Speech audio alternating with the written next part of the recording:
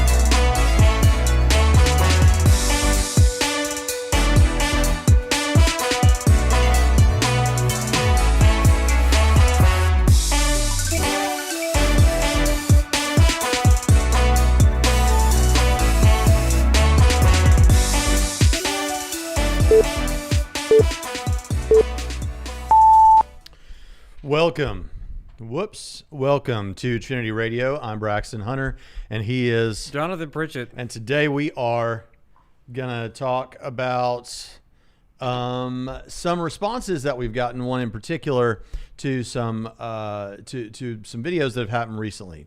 So if you're watching this later, now if you're in the live stream, just sit there and be happy. But if you're watching this later, we should say that there are 3 videos of interest that might help inform what's going to be discussed here, although I don't think you'll have to have seen those videos, but they will be helpful. One is that last week on Monday, I think I released a video, 10 questions for atheists. And I have received, despite that one atheist seems to think I'm lying about this, there are at least 5 or 6 or maybe 7 video responses that have been made in response to that by people that on the other side, and dozens and dozens of people who have written their answers to those questions. And then, so that's one. What do you mean they think you're lying about that? Oh, there was a particular YouTuber that like, says, no, it's not. It's 6. So, like, if he thought he and one other person were the only ones. So I was picking on him. Even though they're mistaken, they think that if you're mistaken, even though it's their mistake, right. If you're just mistaken about something, you're lying. Yeah, that's so right. petty.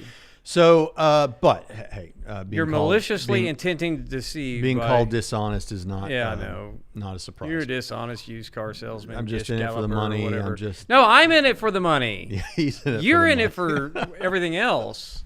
Are we level on our volume? Hold on. Say something, Jonathan. Hello. No, I'm not just in it for the money, but you know what? But that's in the equation. Well, it takes money to do what we do here. You know. Yeah. So this is expensive stuff. If like we didn't have key cards and you could break into the Trinity offices, you could score pretty good stuff here. So that's one video, is the 10 questions video and the responses that have been made to that. Another one was I was on Capturing Christianity this week, and we were talking about the thing that I noticed, which is that you have these people that claim to be lack of belief atheists. They're just saying, I'm not saying God does not exist. I'm just saying I don't know. I lack a belief.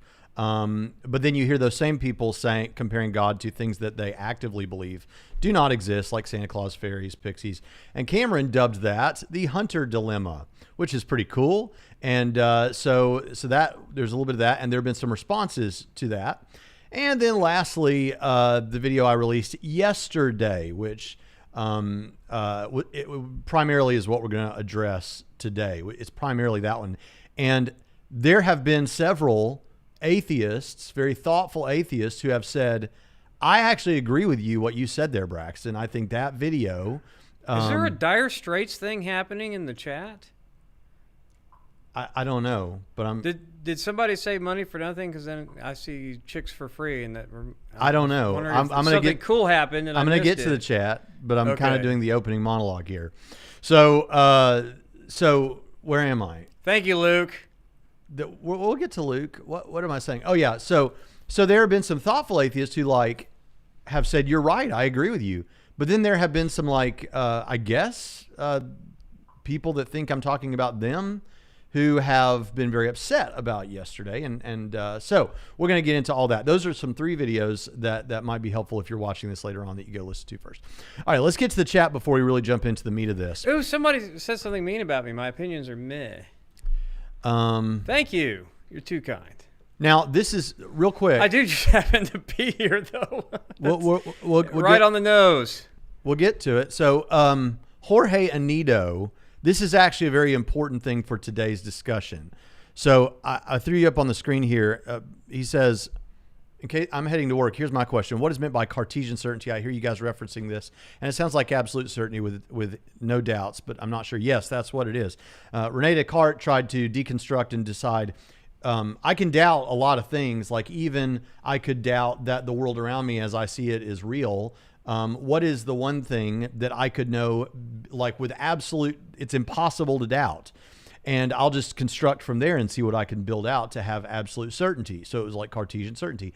And famously, he came up with cogito ergo sum, which is, I think, therefore I am. If I'm thinking, if I'm experiencing thought, surely I exist. And he thought that's the one thing he can know with absolute certainty. Of course, there's a problem with that others pointed out, which is he is then relying on reason and logic, and that those things are functioning correctly in order to conclude that if he's thinking, he must exist. Yeah, so, and that really the only thing you can conclude conclusively is that thoughts are occurring, but you can't necessarily say I am thinking. Yeah. So a lot of people have said because of this, you can't conclude anything. And frankly, like with Cartesian certainty.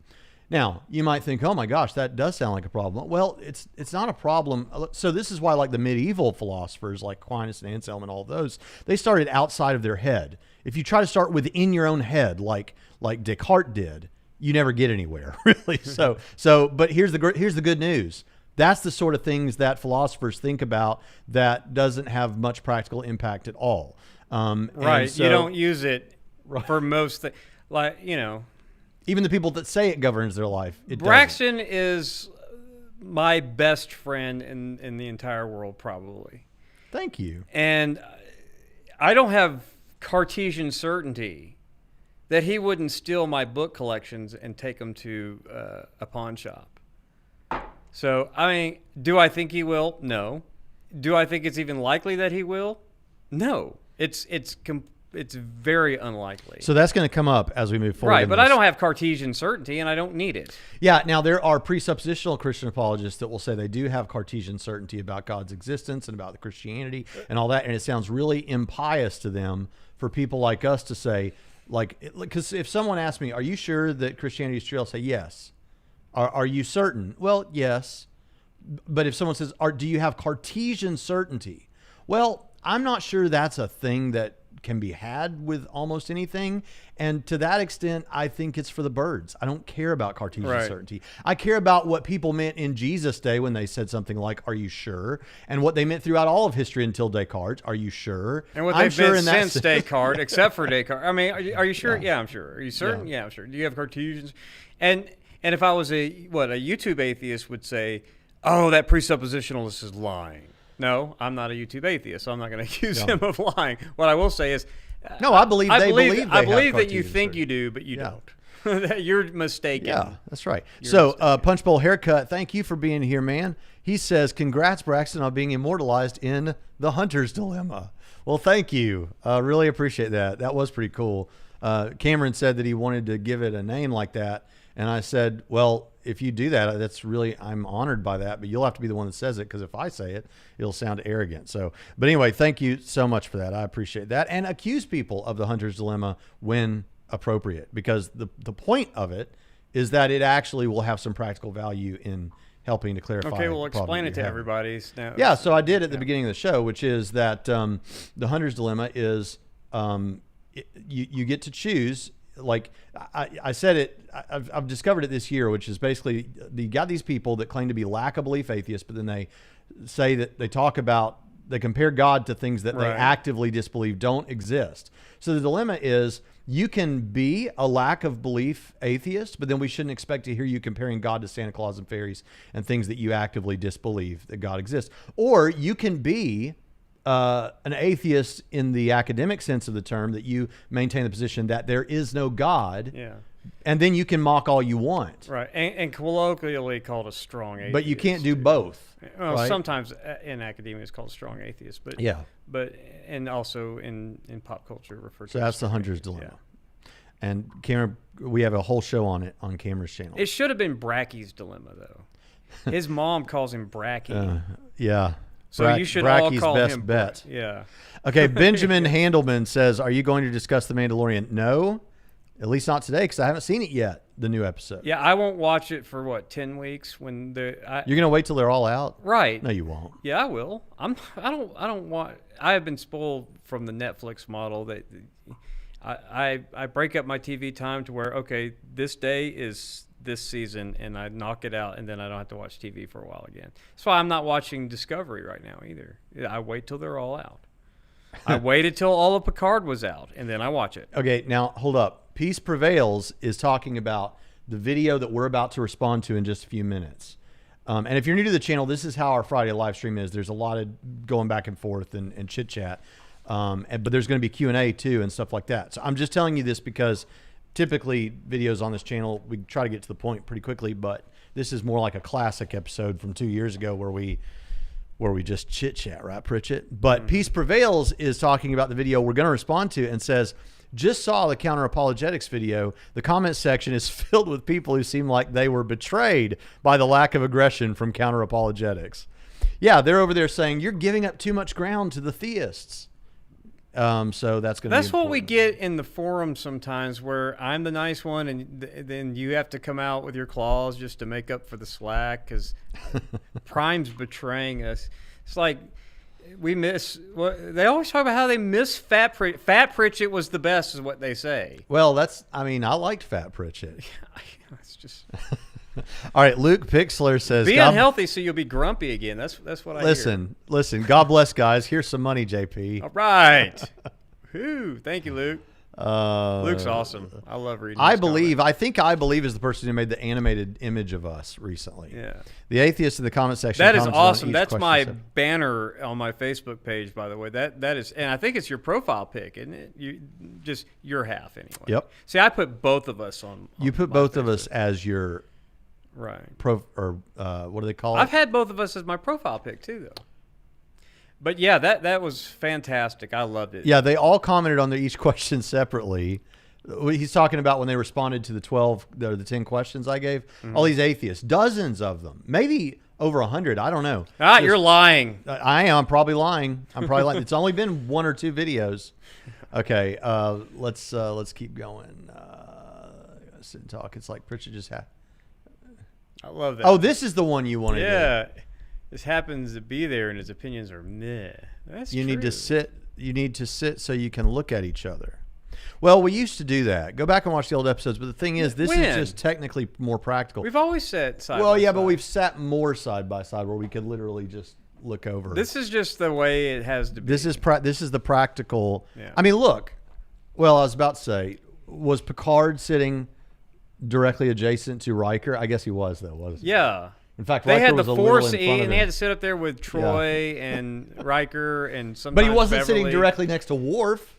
No. Right? See, the old Enterprise with the center seat, that's how it should be. Yeah, Kirk was not sitting right next to Spock. Right. Spock was up there with his back turned. Yeah, right? he had his face in the little scanner thing.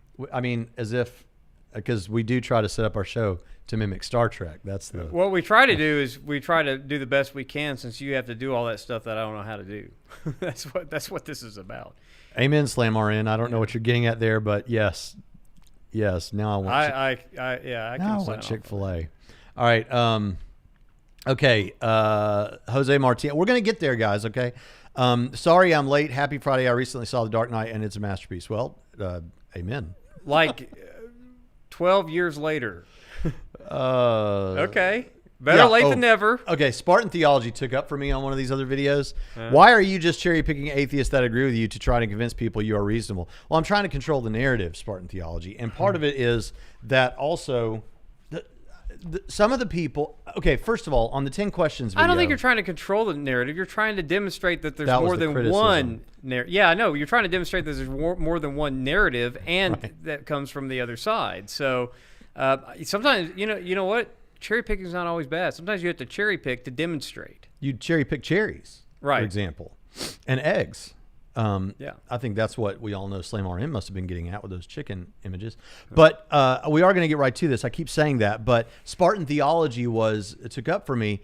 And I plan to do a response to several of the videos at once to the 10 questions that I post. I was waiting until I got a good bunch. And then I'm going to do a video. We're going to do a video responding to a bunch of those, the best questions. See, this is we'll do like one question and a bunch of responses to one question, and then the next week. See, this is how you fill show content ideas. No, I want to do it all in one video. Oh man, why? Then we have to think of something else to talk about. Because that gives us 10 weeks. Because it would bore me. I would get bored with it. Oh. Okay, but here's the thing. I'm not responding to every atheist. And I know you're being snarky, but the thing is, I'm not responding to every atheist because some of these atheists, there's at least two that I think are just, it wouldn't be good for them. It's not good for me because I'm not, there's like some there's like some anger there. Yeah, and you don't want to respond to it because then you're just punching a kitten at that point, right? I mean, nobody likes that guy. Do Christians celebrate Halloween in any capacity? Are certain elements of it considered evil or malevolent? There are a lot of things that are represented at Halloween in a cartoony sort of way that we would consider to be representative, like icons of evil and things like that. But I like the way Pritchett, this guy, looks at it, and that is Halloween is in a certain way a celebration of paganism, but it's also a celebration of the fact that we won and turned them all into cartoons. Right. we as see, I don't have a problem when Christians like dress up as this dorky looking Satan with a mustache and a red skin and a goofy tail and a pitchfork. I mean that's kind of mockery. That's actually fine. Don't dress up tastelessly as some people do on Halloween. Yeah, I like this. Derek says, I simply lack a belief. That's Jacqueline Glenn. Also, Jacqueline Glenn, God is a delusion. Yeah. That is an example of a problem that needs the hunter's dilemma. Right. Okay, now. Yeah, if you want to take your kids and go get candy in a costume, I don't see how you're doing anything evil. So if your conscience lets you do it, go for it. Daniel Apologetics, thank you so much. Daniel Apologetics is in Norway, I think. I don't know my geography well enough. But yep, I'm a Sky Daddy believer, depending on, geography. Is so Slovakia. All you Sky Daddy believers, best background audio work ever, yeah. Okay, now. Do you know the name of the guy who produces our music? Yeah. It's in the description. Okay. Do you know it? Joachim Karud, I think is his name. Okay. All right, we're going to stop right there with the questions, and we're going to get into the content a little bit here. So we will come back. If you gave a super chat and we didn't get to it yet, please forgive us. We will get there. So Counter Apologist is a channel that there's a lot of people, I think, that make responses to us that hope that that's not fair. There are people who make responses to us that I think are doing it at least in part because they hope it'll get them views or that we'll say something about it and that sort of thing. Counter Apologist is different. I don't think that's what he was trying to do. And he was actually trying to be, as I think, very honest and explain. So there are some things he disagrees with. Well, I mean, there are definitely things we disagree about, but there are some things I disagree with him about from this video, but there's also a lot to be appreciative of. So, as we always say, anything I say, Counter Apologist, I don't know your real name, but anything I say, it's not intended to be insulting towards you. I'm responding to the position and the issues like you would be too. All right, so we're going to go into that now. Where is the thing with the thing? Let's see. Yep, here we go. Hi, folks, and welcome to a more impromptu video where I wanted to respond to YouTube Christian apologist Braxton Hunter. Despite Now, by the way, it's in the bottom left-hand corner of the screen, his video, but his video is just text. So I thought it'd be better to put me and Pritchett up here so you could look at Pritchett. the fact that I largely agree with his video posted today about what kind of atheist are you. Braxton talks about categories of atheism put forward by atheist philosopher William Rowe, where it describes an atheist's disposition towards the rationality of theism. Yeah, now, just so we can summarize and get to the meat of what he's trying to say and skip some of this, no offense, counter-apologist, but he rehashes a little bit of what I did in the video from yesterday, which was to take William Rowe's famous article, The Problem of Evil and Some Varieties of Atheism, and I took the part where he's talking about some varieties of atheism, and those varieties are friendly, unfriendly, or indifferent atheism. Now, when he's talking about that, he's not talking about whether atheists are nice in the common sense of the term friendly, like are they nice to people? That's not the point.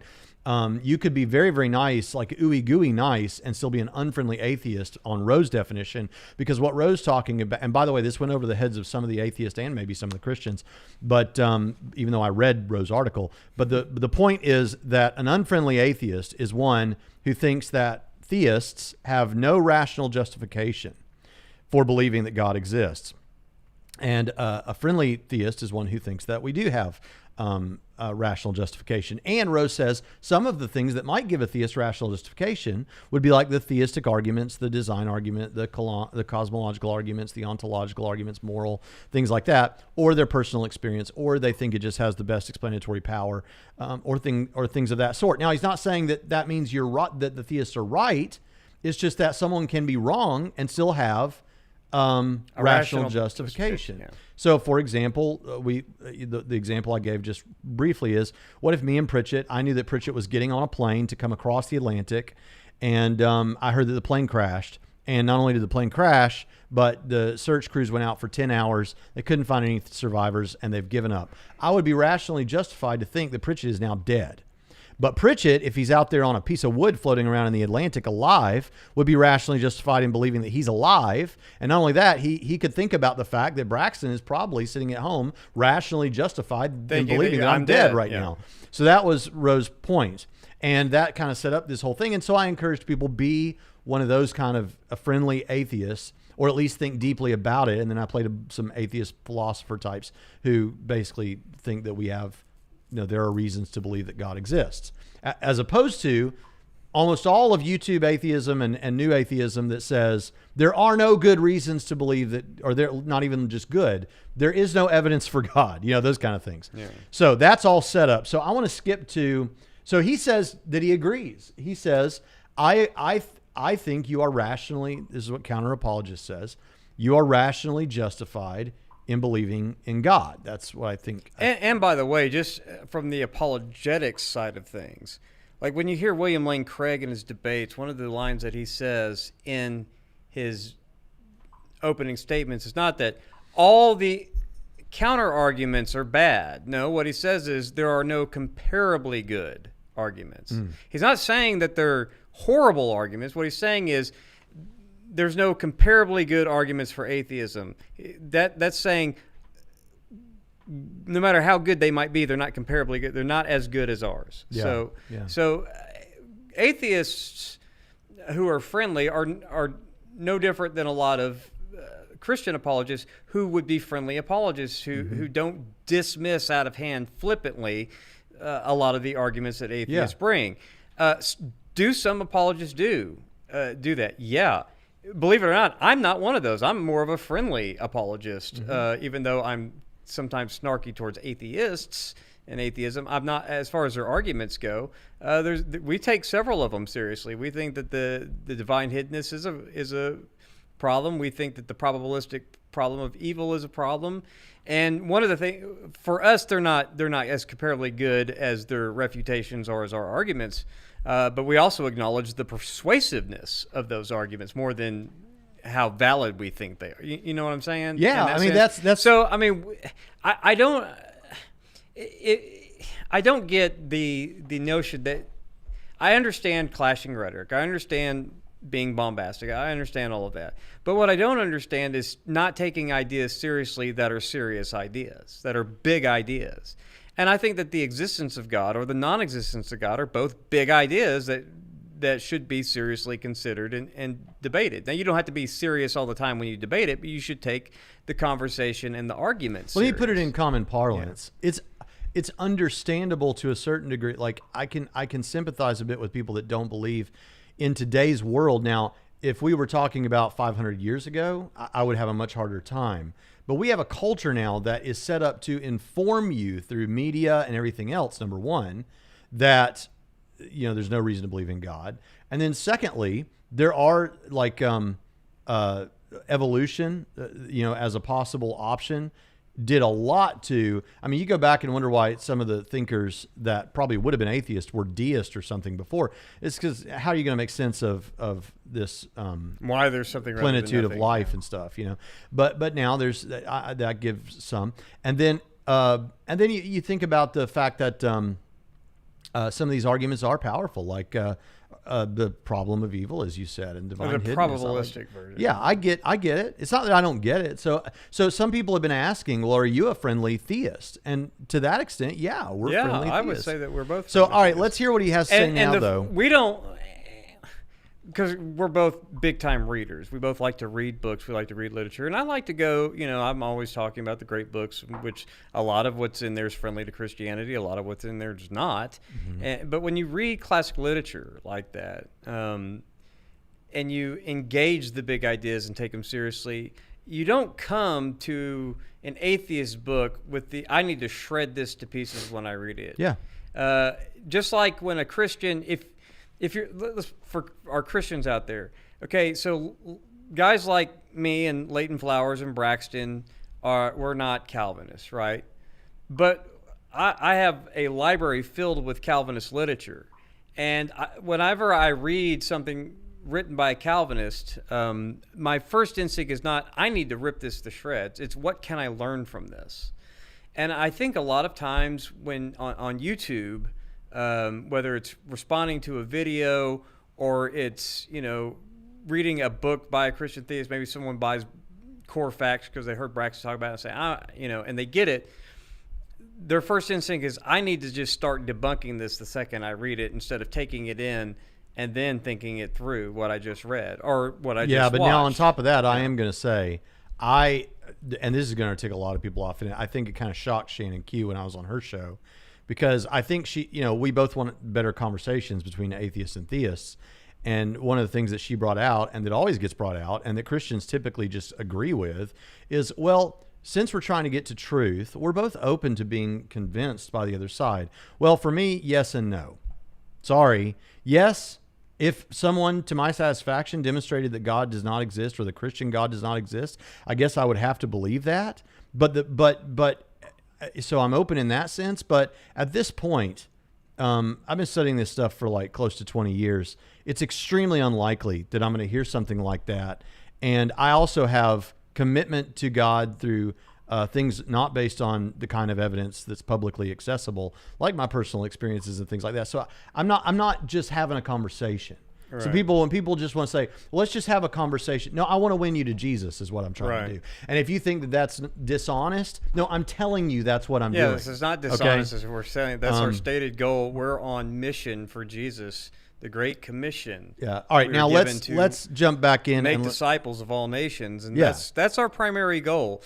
Like you, I'm and I know some people have had later in life deconversions or whatever, but I'm 43. Like you, I've been studying this stuff for over 2 decades now, and it's not likely that I'm going to hear something new. And just because you phrase something in a different way doesn't mean you've said something new. You've just phrased it in a different way. And I have a feeling that there's a lot of atheists out there who are unlikely to be convinced, and I think that they won't be unless there's an act of the Holy Spirit. So we have all of this, what you can go ahead and call it Christian baggage in our head. Yep. And we'll own it. Yeah, absolutely. Have no problem. And but I think there's a lot of atheists too. There's a lot of atheists and Christians who are doing this. Well, I just want to have a discussion. Let's search for the truth together. I'm open to being convinced I'm wrong, and I think they're lying through their teeth. I don't think they're even aware that they're doing that. I think they mean it, but in reality, I'm going to try to. I'm here to try to convince you. Well, a lot of these conversations, though, to be fair, when people say that they want to have a friendly dialogue, it's not because I think that's more Now for that's the, you can do that. well, but I think that's more for the sake of anyone who's going to view it, because it's usually something. You're not going out for coffee with these people or on a private Marco Polo or Zoom chat. You're recording this for public consumption. Mm-hmm. So a lot of what's said back and forth is not to convince the person with whom you're speaking, but it is to provide a robust dialogue for the audience so that they can determine. Well, sure. Now we can both agree about that, but I'm telling you what they say, and they'll say, hey, I'm having you on my show just because I want to find out where I'm wrong, and we can work together to figure all this out and all that sort of thing. And like you said, yeah, well, we could do that on the phone.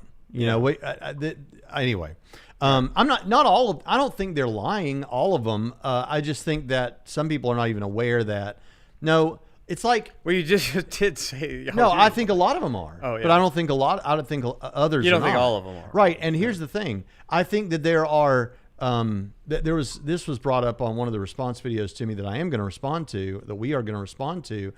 But I've said that someone said, well, you know, Braxton's talking about evidence here, but people come to their beliefs for a lot of different reasons. Well, that's what I say all the time. That's completely what I believe. I don't ever think anyone comes just because of the evidence or leaves just because of the evidence. And you know what? Every time I say that, there are atheists in the comments saying, no, there was absolutely no other motivation. I don't have any biases. I only came because of the evidence. You know what that means? That you have a bigger bias blind spot than you're aware of. Right. Because everyone has multiple reasons. Anyway, so he gets I didn't to- really come to Christianity personally because of apologetic Me neither. arguments. Yeah, so it can keep you around. It helps. And they always act like that's a big victory when you admit that. See, he admitted he didn't come because of arguments. Right. I've been a Christian but then since I was very young. then they'll deny if anyone says that's why they did. It's and then they wonder why we don't always want to get on and talk to hostile. Yeah, the worst way to get, like, I don't do a lot of debate discussions with atheists, and let's be honest, discussions are often just sloppy debates, and I don't do a lot of that. I don't do debates very often. I've done a bunch of debates, but I don't go looking for them, and it's not, you know, we've talked about that before. Yeah. But you want to know the worst way to get me to debate you, and this happens with some degree of regularity, is say, you dishonest, money-hungry charlatan, come on my show and have a discussion with me. Right. Yeah, no, that's not the way. That's not. Yeah. All right. So let's get back to this. All right. So I've cut to where he's agreed with us about all, you know, the primary point, and he's not, you know, he's on the same page, and he wants to extend an olive branch. He says that multiple times, and I love that. But here's where he starts talking about where I don't want to go too far, and this is what he says. Clear about what I'm not saying. I am not saying that I find any of the arguments for God's existence to be convincing. In fact, I really don't like the scale Braxton references in his video as a way to gauge one's non-belief in God, say at -100, to agnosticism, 0, to theism, +100. I'm still firmly at -100.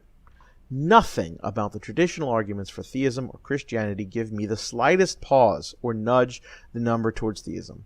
I can literally counter all of them, and I find theistic responses to those arguments against God's existence to be entirely unconvincing. Okay. If I don't like a scale, I don't put myself on it. So, but he did. That's just weird. I don't like this scale. So, But I'm at -100 on this scale I don't like. well, I mean, That's weird. okay, why is it, what do you, okay. So, Okay. I don't really like Braxton's scale because this, but I'm at well, he's -100 going on with this it. He's scale. trying to go with it. All right. So what, you know, Cameron made this, you can tell it's got the capturing Christianity color scheme there. But what Cameron said was a lot of atheists think about it as though the scale is only from 0 to 100. Right. So that if you just have a lack of belief, that puts you at 0. I've got no positive evidence to believe. But actually the scale goes from -100 to +100 because you might have reasons to believe and reasons to believe is not the case. So like with Santa Claus, put that you believe, like you're 6-year-old Jonathan Pritchett and you are convinced that Santa Claus is real, and that's +100. And -100 is 43-year-old Jonathan Pritchett who's convinced that Santa Claus is not real. Well, let's put that. I'm just kidding. Well, now you're talking like one of these lack of belief atheists who says, actually, I lack a belief in Santa Claus. No, I didn't say I lack a belief. I said, where am I at the scale? You said negative 100. I don't know. Oh, yeah. Now that you bring up a good point, and this is where we're going to get into the Cartesian certainty. But right. let's say negative 100 is I have Cartesian certainty that Santa Claus is not real, and 100 is that he does exist. Okay. We're going to be in the continuum somewhere. Right. Logically possible pink unicorns dancing on the ring of Saturn. Right. So, I mean, what do you do with that? Right. So like when you compare God to Santa Claus and you're saying I have lack of belief, I have no positive reasons in either case. No, actually, whatever we want to say about God on the scale, you have good reasons to believe that Santa Claus does not exist, which pushes you down the scale to some degree toward negative 100. All right. That's how that works. So if we apply it to God, negative 100 is certainty that God does not exist, and 100 is certainty that God does exist. And we're going to be on that continuum. Now, what he's just told us is he is firmly at negative 100. Now, I appreciate, again, that you're being cool, but this is where I would push back a little bit and say, hold up. If that's the case, you're not just telling me you have, because this is what he says.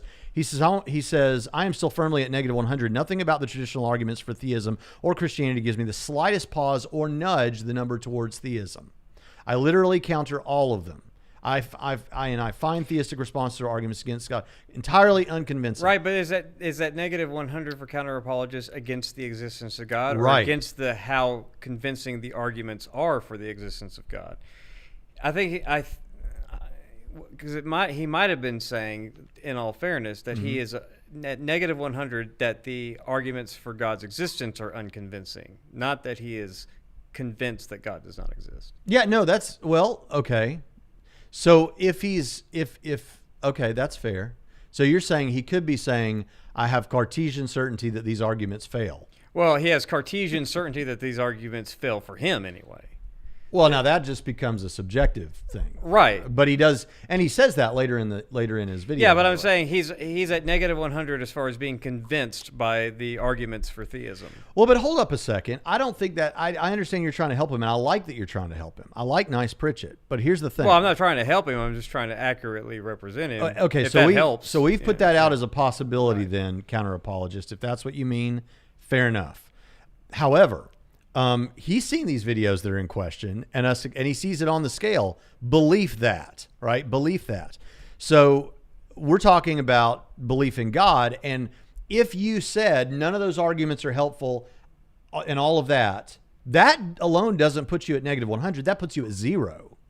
You would then have to pile on negative arguments in favor of atheism to get you to negative 100. You mean positive arguments in favor of atheism. Yeah, positive arguments in favor of atheism. To move you more negative on the scale. That's right. Yes. Yeah. Thank you, Pritchett. So, see, you think I don't listen. I right? know. I'm paying attention. I'm tracking. Well, good. So I'll just sit here and play on my phone and read comments. Don't do that. Don't let this person get in your head that said that you're meh or whatever. But High Tech was kidding, man. Some people give. He knows that I know that he was kidding. And people he knows give that I'm Pritchett kidding. some love in the comments. No, I feed on that stuff. The fact that he was kidding is depressing. I'd rather just get the hate.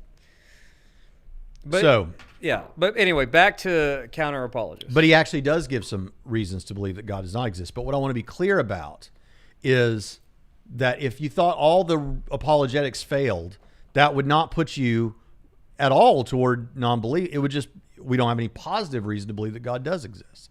I think that's important. All right, now I don't know if I've got this timestamp correct, but we're going to try to get there. I think it's at 4:06. Let's see here. I'm doing this in kind of a wonky way. For me, arguments from hell, hiddenness, the argument from heaven, and of course evil all end up being decisive reasons to reject theism. Okay, so he rejects theism because of arguments from hell, arguments from heaven. So maybe he was evil, meaning divine that hiddenness. He could mean, that's why I'm just explaining as we go, right. Because the way he phrased it before, for anyone listening, you could make the very mistake that we're trying to counter with the whole thing, which is just because I don't have any positive reason doesn't mean that you're, but if you do present negative reasons, I still don't think that you're going to have negative 100. Are you really saying that you're Cartesianly certain that God does not exist on the basis of those arguments? I don't think you would say that. I'm being fair because I don't think he would say that. But on this setup, that's what you would be saying. So maybe he misunderstood how we were I mean, presenting it. and in fairness, we were doing this with theology for a long time before we did this. You and I, and the way that we talk on Trinity Radio, the way we talk on our forum, the way we talk with our friends and stuff, how certain are you that Calvinism is false? So on your scale, we'd be like, well, negative 60%. How certain are you that your Molinistic, whatever view is true? Oh, I chunk about 83 at it. I'd swap those. Yeah. I'm more certain that Calvinism is false than I am Right. If you certain believe P is that false, Molinism you have is to have a true. negative number, like negative 60. Yeah, I'm saying like I'd be positive 60 on Molinism. Right. I'd be negative 80 on Calvinism. Oh, gotcha. Yeah. See, All right. I wouldn't be that. But we that's just the way that we've always wanted to divvy it up for people. People are like, wait, you think there's a chance that Calvinism could be true? Well, there's always a chance. Yeah, I could. Yeah.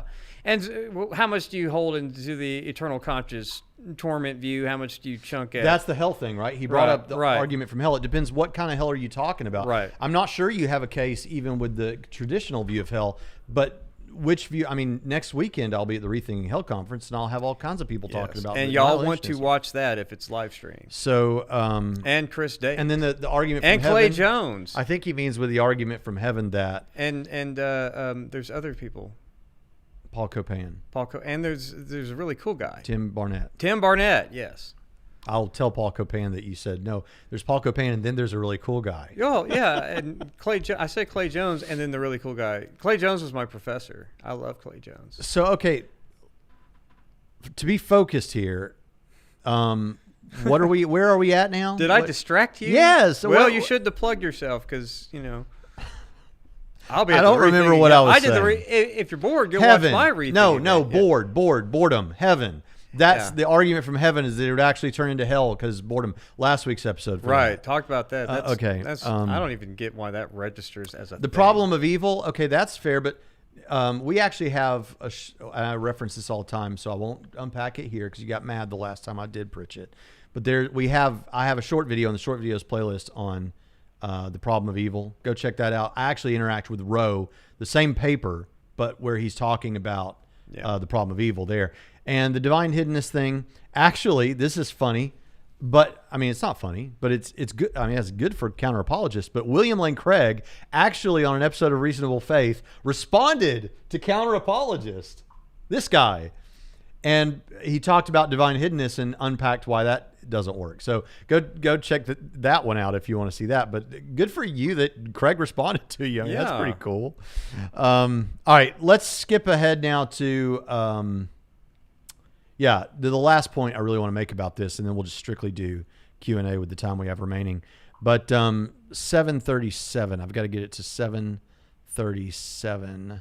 Now, here's where he's basically saying, this is why we all need to be willing to share the olive branch. And I feel you. Listen to me. Look into the camera, counter apologist. I feel you, and I want that to be the case. And it can be to the extent that you and I are doing it right now, being friendly toward each other in the Roe sense. But I don't think it's going to get... I think you make some salient points about culture in this section. But I think your points are so good that I don't see them being overcome by the culture. I'll play it so people know what I'm talking about. I can't emphasize that last point enough, and I want to explain why it's important we acknowledge the rationality of our ideological opponents' positions and start extending olive branches all around. We're too polarized, and these divisions are harming all of us. I'm posting this video merely 5 days before the U.S. presidential elections in what is an extremely volatile situation where people on both sides are afraid the other won't concede defeat in anything but a blowout. What undergirds so very many of our differences, especially in the culture war issues that are at the literal heart of why Christians largely stand behind Republicans and the atheists or nuns largely back the Democrats, is that it breaks down along the lines of our base assumptions about reality. Our irreconcilable notions of what it means to live the good life, or our basis for morality, will drive wedges between our views on abortion, LGBTQ rights, drug use, and even how the justice system should be utilized. Yes. Now we're going to continue with what you say there, but I mean, right? I mean, I think that's absolutely right. Well, the reason that there's so many evangelical Christians who are Republicans, and the reason that there's so many nuns and atheists who are Democrats is there are worldview issues that stand behind all of this. Right. And there are heavy issues that have to do with how you view morality and the good life, living the good life. How should we then live on the table, like abortion and LGBT stuff and all drug that use and everything. Yeah. So yes. I don't know, I just hang out with weird Christians because I mean I know I think on abortion, for example, I don't know any pro-choice Christians, but I do know some libertarian Christians. I do. I mean, I don't know well. I know they exist. I've got friends. Oh, yeah. I don't. Yeah. I mean, not personal friends. If they're pro-choice, I don't know it. But like drug use, like what are we talking about? Like, should weed be? I know a lot of Christians don't care if about those kinds of things. So I don't know, but it just I get what he's trying to say. I just don't know if it falls into those kind of categories. No, largely. I mean, you can't. I mean, this. I is mean, you. within. I'm going to do. No. Hold on. Hush. I'm going to do to you what you do to me all the time. Quit caveating everything. You're caveating it to death. In general, right? The evangelical Christians tend to vote. Yeah. Republican, and atheists and nuns tend to vote liberal. Democrat. Yes, but I don't know if it's. I don't know if these are at the forefront of all of those reasons. Oh, okay. Because to be honest, I hear a lot of I don't hear a lot of atheists and nuns talking about the reason why they're voting for Democrats is because they really, I mean, like the thing that we want to legalize weed, or even the pro-choice issue is not like the first thing that comes to their minds. And for Christians that are all pro-choice, there's a lot of single-issue voters on that issue, right? Abortion is the only thing. You would say maybe it might be as much as... But I don't like socialism. I don't like higher taxes. I mean, there's a lot of reasons why...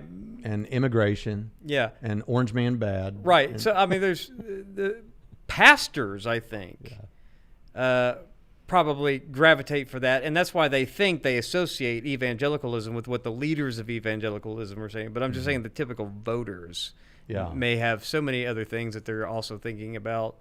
Yeah. Okay. Well, you've softened it up sufficiently, but I think the point is still can be made. He's right that worldview issues stand behind how you vote. Yes. And there are some heavy, like, here's the thing. If we go back 50 years or something, 60 years, something like that, it'd be a different landscape. I mean, the things that we're putting on the table are not, I mean, there are, trust me, there are big issues there, because I guess if we go back 60 years, we're talking about civil rights type stuff and things like that. So that's as big. But what we have right now is with the LGBT thing on the one side and the abortion thing, those are so polarizing. Like, and I've made this clear, and people don't like it, and you didn't like it when I said it, but I'm going to say it, which is, I would gladly, you asked me on an old episode from like 2 or 3 years ago about this of Trinity Radio, I would gladly vote for a pro-life gay person than I would, man or woman, than I would for a pro-choice. I didn't like that? Christian. Yeah.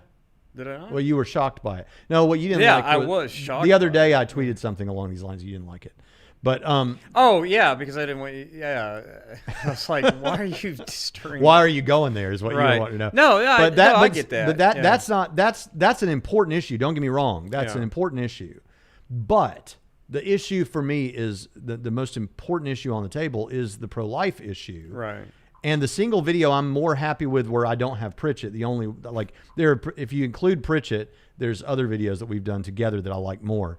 But of all the videos I've ever done alone on Trinity Radio, the abortion one. The one I did the other day on that abortion debate from Matt Fradd's channel is maybe my favorite, because I'm so confident of where I stand on that issue, and I feel so strongly with that. Like, I do actually believe abortion is a Holocaust. I do believe that, right. And so when I hear Christians say things like, "Well, you can believe that abortion is a Holocaust," but I still don't want to tell somebody else what to do. Right. I don't want and okay, well then you don't believe it's a Holocaust, right. like But I do. I do get his overall point. Yeah, we're bitterly divided, and I you can go back less than 50 years ago. I voted for a senator, Mark Pryor, who's a Democrat, was pro-life in Arkansas in the 2010s or whatever, the aughts, I think is what they're called, right?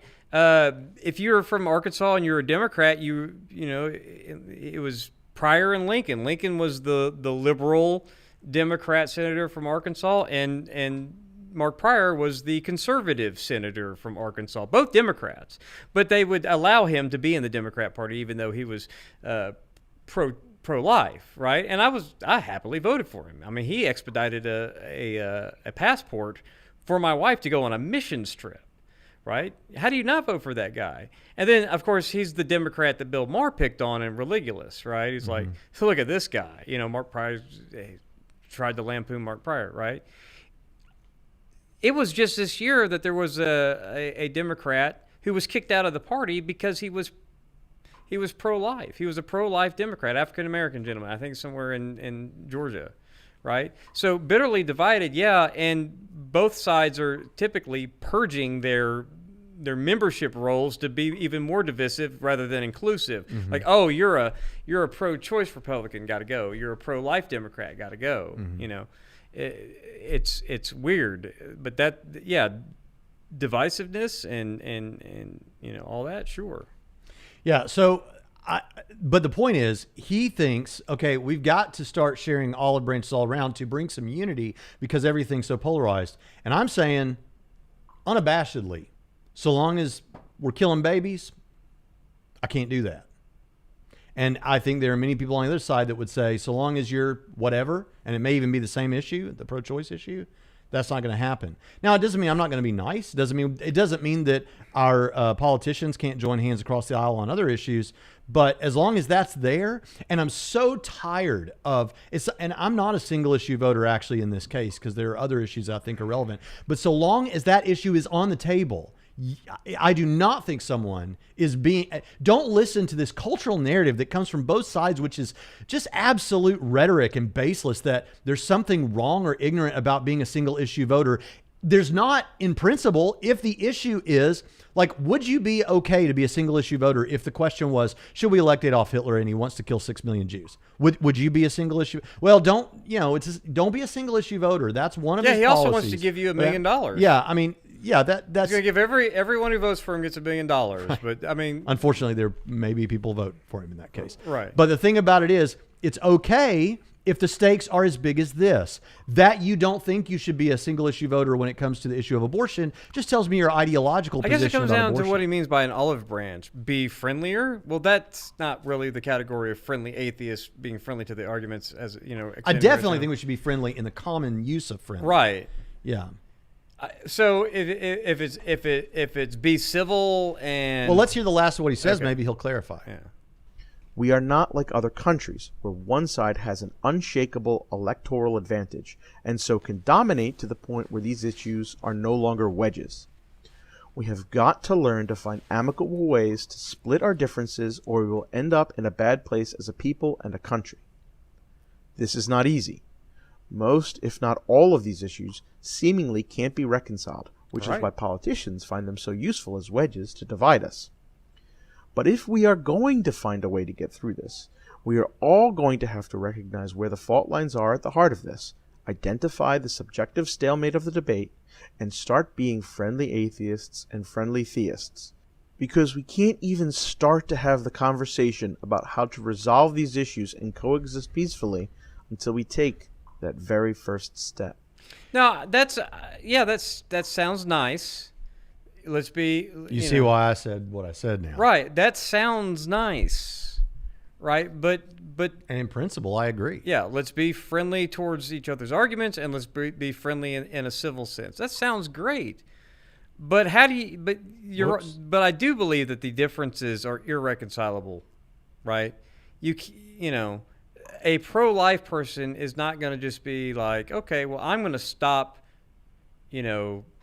trying to lessen, if not outlaw, abortion with how I engage in a democratic republic. And I don't imagine a pro-choice person is going to do that either, right? So what good, we can have all the olive branches we want, but to what end? Just so that we can have conversations without ever doing anything, Because right now, I would imagine if you're pro-choice and you're thinking about Trump's that person that they got, Comey Barrett, that they just got on the Supreme Court, right? Right here in an election year and all that.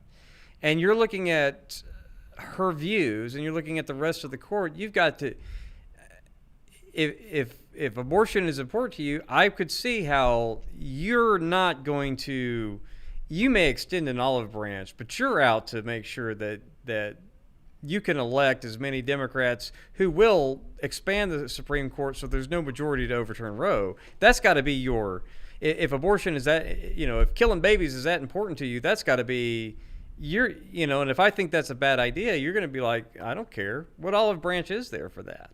Yeah. And to be fair, that's kind of the end of that article, but there was a whole section that was arguably more the point of what he wanted to get at. And I feel bad that we didn't really cover that, which was he wants to say, look, you can present all these arguments for God, and I can try to show contradictions or problems in attributes or whatever, but you could always just amend your understanding of God and then remain a theist. And he said, here's the hard part for atheists to swallow. We could do the same thing no matter what they show us.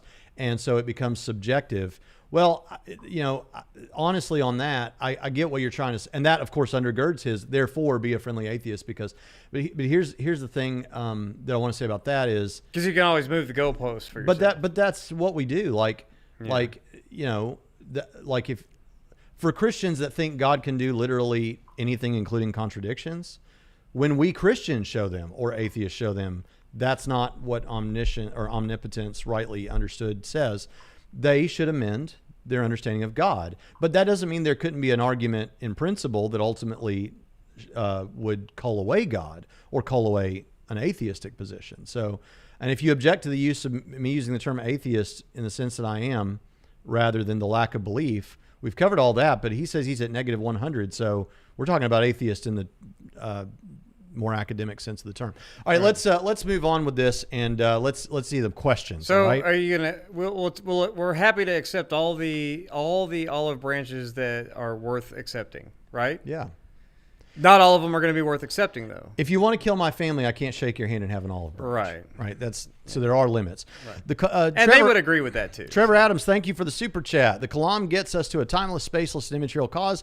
I see how a mind covers spaceless and immaterial, but doesn't a mind require time? So a mind would only require time if you think of so you have, this would be a timeless mind. It would be cognitively simple.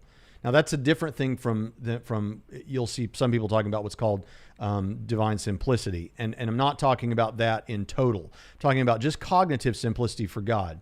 So God doesn't have to think. The reason you would need time. Yeah, the reason you would need time is because you're imagining God has to think things through and have thoughts like that. Now, his thoughts can have a logical priority, but not a temporal one. Right. Yeah. So God knows everything. Why do you need to think things through? Why is that something that we humans do? It's because we're not omniscient. If you were omniscient, you wouldn't ever do that. Because the reason that you have to think things through is because it's actually a learning process. You're thinking through things and combining ideas together to make new ideas. And that is a process of learning within your own mind. That's why we think it sequentially like we do. God doesn't do that. He knows it all instantaneously. A good analogy for this is you have cognitive simplicity kind of when it comes to all the whole numbers between 1 and 100 or 0 and 100. So that if I ask you what number comes after 43, you don't have to go, well, let me see, 1, 2, 3, 4, and count all the way up to arrive at 44. Oh, it's 44. You don't have to do that. You immediately know simply that the number after 43 is 44 or the number after 57 is 58. Those kind of things. You kind of have a something approximating simplicity there. God has that for everything. So he doesn't have to think in a temporal sense that way. And doesn't need to be asked the question in which to give a response either, which requires time. So, yeah. So thank you for that super chat. It's just there. Yeah. Okay. Now, I can't remember his name. My scientific apologetics professor at Biola, really cool guy. I can't remember his name off the top of my head now. He has a degree in, I think it's physics, and he also had a degree. He had 2 doctorates, one in physics and one in archaeology.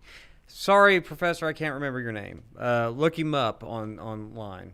But he was telling us that he thinks all of that's gibberish. He thinks that God has some sort of meta time, and thinks that that's.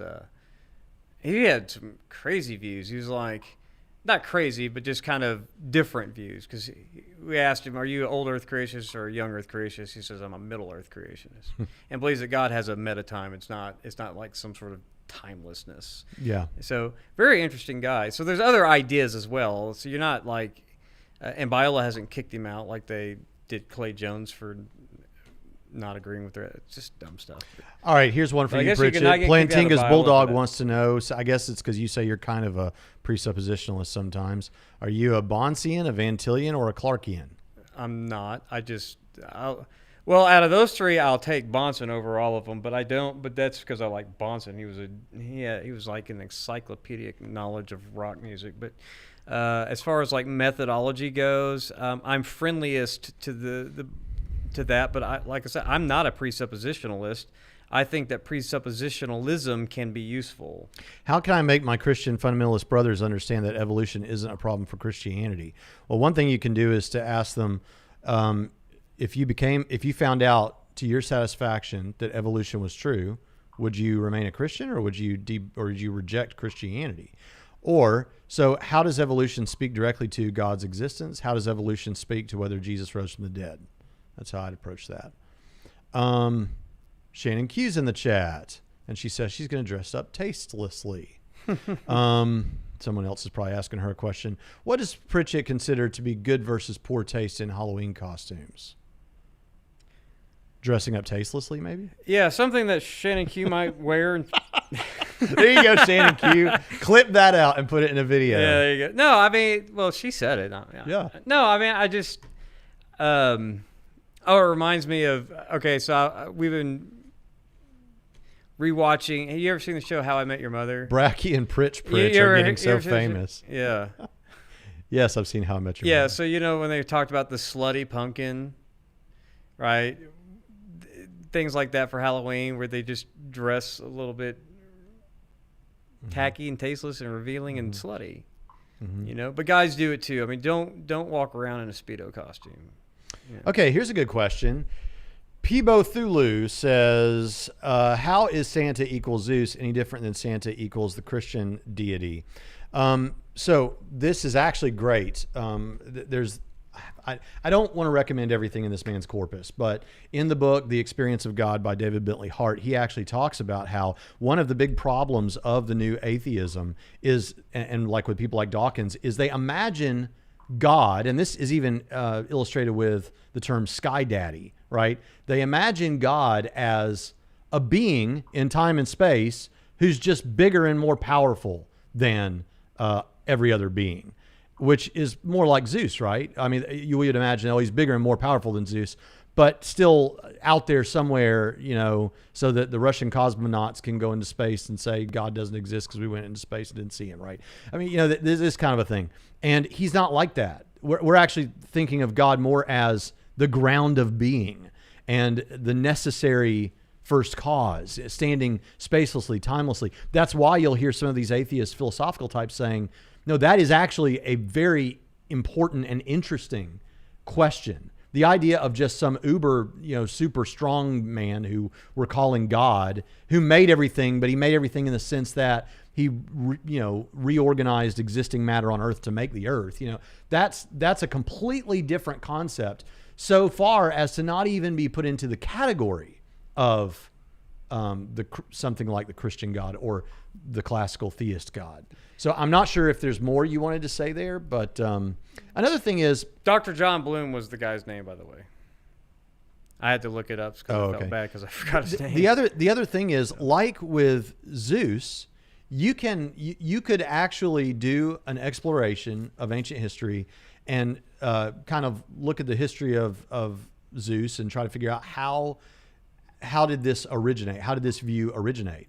But you could actually boil down what some of the major religions of the world think about God in the theistic sense. And there are some interesting similarities that you can't do with Zeus, what you can do with that. But there's a lot of things to say about that. But simply put, Zeus is a Superman. Santa is a Superman. They're both different Supermen. God is an entirely different concept. Okay. Let's see what else we got here. Pritchett, talk so that we're not dead air I'm here. trying to watch this fascinating chat. Oh, Derek says he had a brief convo with Jacqueline Glenn once, and she called Jesus a made-up Jewish zombie. Yeah, like Richard Carrier does. I asked her to prove her assertion Jesus was made up, and she said she didn't have to disprove a negative. Wow. Yeah, there you go. There you go. There's the dilemma. Right. So that's... If you make a claim, you have a burden of proof. Claiming up. that Jesus is a made-up Jewish zombie is a claim. And so if you make a claim, you have to, That's you right. have to give a proof. And the made-up thing. Did Pritchett say he's 42? No, I'm 43. So I'm older than you, Brian. So what else do we got? Looks like they're just talking amongst themselves. So. Well, there's all kinds of stuff going on that some of which we don't. Was I right about the Dire Straits thing? Was that thing happening? I Somebody never saw say yes. anything like that. Oh. I don't doubt it. Money for nothing and chicks for free. It's a song from before your time. I forget that you're, 4 years? Those 4 years that you missed, if you want to ask a question, a lot of good years put question. I'm sorry, Pritchett. Yeah. But I wanted to say, if you want to ask a question, you put question big in the front so that I know it's a question so that I can see it. Right. Anyway, well. I'm not seeing any more questions. Yeah, they're talking to themselves. They don't want to talk to us. They don't want to talk to us anymore. We answer questions every week. They're like, we ain't got nothing. Well, here's a super chat from Derek. Oh, wow. Any YouTube atheist you've tried reaching out to for dialogue and such that have thus far refused? No. No? No. I don't try to reach out for debates/discussions, and those discussions are typically just debates. I've seen Christians agree to go on certain channels, and there are many. Like, okay, Shannon Q, when I went on her channel, she was lovely. I mean, it was a wonderful experience. So this is not this way it is that across the board, but there are certain people that they invite people on for a quote unquote discussion, and it's just. Then you get made up Jewish zombie stuff. Right. And it's why subject our audience to that kind of torture? So these. I've told people I'd be happy to have private conversations with them. My point is, why do I need to go on your channel and do all? You're much more likely, and I'm much more likely, probably because of human psychology, to be more vulnerable if we just have a private discussion. And I've offered that, but it hasn't happened. And the thing about it is, no, what you want weekly fodder so that y'all can trash each other, and then everyone blows up on Twitter for 3 days, and then until the next thing on the next channel. And I'm so done with this whole conversation because the thing about it is, it's like, if you really wanted to just have a let's be vulnerable and talk, you could have a private conversation. The problem is, once someone calls me a dishonest charlatan, only in it for the money and all that, I have no reason to trust you anymore. I don't have any reason to trust this guy. And so there's no. I mean, that's the worst imaginable way to start an interaction. So, yeah, I'm sorry. How's my brother? But I still have yet to see how I've been demonstrated to have been dishonest about anything. It's just, Shannon Q says, I'm a nightmare. He's lying. No, and I really want to say something here about this. I have talked privately to Shannon on the phone, and it was a perfectly wonderful conversation. Okay, Trump, it was a perfect phone call. I don't remember what we talked about, but it was great. It was fine. There was a friendliness there. There was no quid pro quo there, right? I've been on her show, and that was great. You're not getting impeached from Trinity. When she has responded to my videos, she's been nice about it. When I've responded to her stuff, I've let her know ahead of time I'm going to do it. This is a healthy back and forth, I think. Thank you for asking about my brother John. He's fine. Yeah, I meant to. Yeah, glad you saw. He's fine. I appreciate all the prayers for my brother. He's okay. Okay, here's a question. Some atheists argue that what leads to happiness and well-being is good and what leads to suffering is bad. What are your thoughts? Here's my thoughts. You can never guarantee as a finite human being what's going to lead to happiness or flourishing. I mean, think about that. How do you know? Are you familiar with the butterfly effect, for example? How do you know that what you think is going to lead to flourishing and happiness right now, what we decide today, isn't actually a choice that's going to lead to far greater suffering 10 years from now? You don't know. And so that's a problem. Secondly, I think if it's true that a good morality will be one that approximates aiming toward happiness, flourishing, well-being, and all those things, you're learning something about goodness and morality, that those things are good things. But that's the epistemological side of it. Right. That doesn't speak to the ontological side of who should care that you think that that's a good thing. Right. Why is that ultimately a good thing? And most people would just say, no, it's not ultimately a good thing. But it's what we agree. And who do you want deciding that? Yeah, and that's the thing. Like, what they often compare it to, and I've talked about this a lot, is like a board game, like chess or something. Mm. You subjectively decide that chess, how it works, and that it's a game. But then there are objectively better and worse moves within the chess game. But if somebody doesn't care about playing chess, like David Wood, before he was a Christian, psychopath there, he doesn't care about your dumb chess game of morality. Why should he care? You have no grounds for saying what he should do. You can say that within your bubble, but you can't point outside of your bubble and say, you should do what we like to do in our bubble, because you have to grant that in an ultimate sense, what you're saying is, we like the stuff we do in our bubble, and other people like other stuff, like killing people. They're doing what they like. Right. We're doing what we like. So that just pushes it back. So who do you want designing chess, right? Who do you want making those rules? Like, if I lived in California, I would be going insane right now because Gavin Newsom thinks he understands what keeps me safe is making sure that people can come inside of my own home to use my bathroom as long as it's regularly sanitized, but no more than 3 families can congregate at my house for things. This madness. See, I'm sorry. I'll take my Bible and the New Testament imperatives that Jesus gives me for a guide of human flourishing and happiness. Then I want people, especially Democrats from California, telling me how to. And it's not a slam against all Democrats everywhere, but you got to be kidding me. You think I want to subject myself to other people coming up with ideas of what is good and well for human flourishing and what isn't, how much hamburgers you can have in a year to be, for your well-being, and how many you can't, what you can do for holidays. It's just madness. I don't want people the problem with that, the practical problem with that is the amount of control one has when deciding how to play a game like chess. And then insist at gunpoint that I play that chess game, right? Mm-hmm. No, that's why religious liberty is important, because I've got the creator of the universe telling me how to flourish as a human being, and he knows better even if I don't like all his rules. But I'm certainly not going to like rules that if people like Gavin Newsom are in charge making the rules for my happiness and well-being. He's no more qualified than I am. Yeah. Derek asks, best book for Calvinism, best book for Arminianism, wanting to do some studies in my spare time. Pritchett, that's your department. Best book for Calvinism and best book for... Okay. The Potter's Promise, and what's the name of Tim's book? Something about Molinism with Tim Stratton. Yeah, Mere Molinism. Everything you want to know about Molinism. Right. Tim Stratton's book and Leighton Flowers are about the best that you can. I'm sure they won't agree. I'm just helping my friends sell books, because here's my thing: there are none.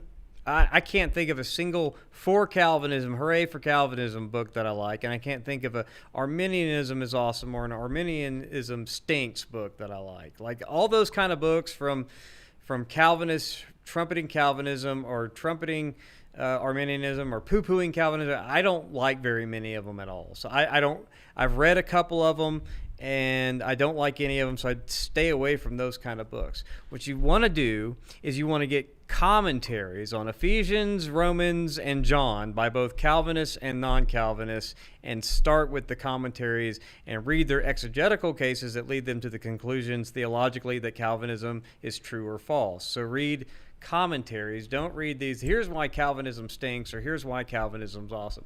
But I will also say, if you want just a one-stop shop, Chris Date has a debate book on it that gives you both sides in the same thing, so I'll help Chris Date sell a book. But typically these kind of books when you want to study an issue like that, go straight to the commentaries of giving exegesis of the relevant passages that they typically proof text for their view. That's where you need to start. Gregory don't Fisher waste your time with says, that other stuff. love you guys. Thank you for that $5 super chat, Gregory. That means so much. All right, Derek, that's a substantial, man, thank you so much for that $15. I really appreciate that. When it comes to evil and suffering, is the defense God could have morally sufficient reasons consequentialism? Well, when it comes to anything that we do, there's an element of consequentialism involved when it comes to any of these things. It's just that shouldn't necessarily be your overriding ethic for you as a human being functioning, because you can't see all sides of things. And you have things like butterfly effect and all that sort of thing. However, this would come to a little bit of a question of how you understand the problem of evil, or what theodicy you take. That is, reason you think God is just in the midst of evil. So, for example, a Calvinist Reformed person who takes a perspective of the Reformed theodicy, where everything is determined, there actually the evil acts. It's not that like God's. I mean, many Calvinists wouldn't put it this way. Okay, so I'm caveating that again. But it's not so much that God is, well, I have to put up with this evil thing so that I can get this good thing over here. No, the evil is good in itself, insofar as it's a good God wants, just like this is a good God wants, because it's all a part of this tapestry that God wants. So that it's actually it's not like the ends justify the means. That's the end and means itself too. So that all of these things are intentional. Now, I take a free will theodicy along with a character building sort of theodicy, but I think you could still say something like that there, because those are all things that God wants in the sense that he brings goods out of them, like his own glory or our, building us into better people. So I think it's probably fair to say everything has a little element of consequentialism in it, but I think what theodicy you take impacts this big. And then, of course, this will sound like a cop-out to some people, but when we're talking about God, it's wrong ethically for us to try and do the ends justify the means sort of things, because we can't see every aspect of this, and we don't have the sovereign position of authority. God's in a little bit of a different situation. Tommy S., he says, hey, California, yeah, the climate's great, but if you want people telling you how loud you can sing under your mask in your own house, have fun with it. The rest of us think that y'all are insane out there in California for voting for these kind of people. But John Beaver says, do the viewers know that liking the video helps with the algorithm and growing the channel? So does not liking it, by the way. Well, I was going to be dishonest, Pritchett, and I was going to, because you know how dishonest and money hungry I am. But I was going to say, hey, if you want to hurt the video, thumb it down. But of course, thumbing it down or thumbing it up helps the algorithm. Yeah. So, exactly. I agree with Jonathan. We don't know what they were agreeing with you about, but isn't it good to know people were agreeing with you? Okay. Well, we're getting down. Yeah. We talked about politics today. Well, it's because of Apologist. Yeah, we hardly ever talk about politics. Okay, I didn't see it, but somewhere Joseph Shipley became a channel member. So Joseph, welcome. Yeah. Welcome to Trinity Radio. So glad that you're here. Oh, Apologist just showed up. Well, you certainly deserve to be thrown up on the screen. Just got here. I'll have to wait to watch the actual criticism. Well, there's a lot of agreement, some criticism, but where the criticism appears, I think it was done in a charitable manner like you did. And so this is a great example. Depending on how you approach us, it depends on how you're treated, right? Just like with anything in life. Marcia Jennings, we love Marcia. I live in Folsom, California. We are more conservative, but are outnumbered. Yeah, well, yeah. We'll be in prayer for you. Foreign missions, Marcia. You're doing foreign missions for the Lord. Look, I have friends who are Democrats who think Democrats in California are insane. So I'm just saying California. Okay, that's California. Those kind of rules for holidays are just insane. And yeah, clicking the bell helps the algorithm. Well, listen, folks, I've really enjoyed this today. I thank you for all the super chats. We love you so much. We're going to get off of here. I've got to go pick my daughter up from school. But, oh, by the way, one last thing. You said your brother is doing well? Yes. Okay, that's important. Some of you remember that in last week's stream, I said I wanted prayer because of something I couldn't really talk about, but prayed that God would answer that. God answered that in the most dramatic way. I told Pritchett about it, and I think I may have seen a tear in his eye. But it was like I was praying one of the most desperate prayers of desperation I've ever prayed.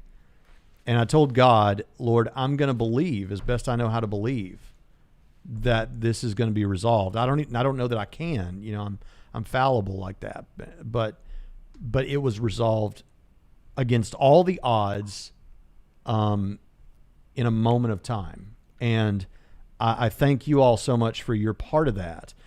This is the kind of reason why I say about atheists who say, well, prayer doesn't work, and prayer's been proven in all these studies that don't follow the biblical guidelines for prayer and all these kind of things. But when you live the Christian life long enough and you experience it time and time again with what we would call extreme answered prayers, like this one, it's it only bolsters your faith. Yeah. So anyway, on that note, we appreciate you all again. And where's my music? Do I have music? Let's throw the music. Here's another thing. I mean, sure, at some point you have to stop saying, yeah, this is just a coincidence. This is just a coincidence. This answered prayer is just a coincidence. As those pile up over the Christian life, our atheist friends will never understand this, but just saying that these are just happy coincidences over and over and over again that coincide with the times that you pray, for big things like that happening, life-changing things, life-altering things, it stops.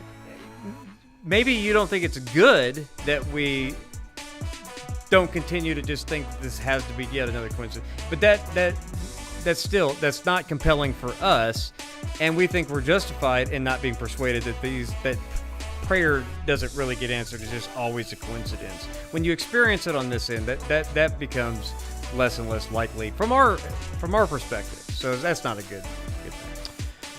Yeah. We'll see you next time on Trinity Radio.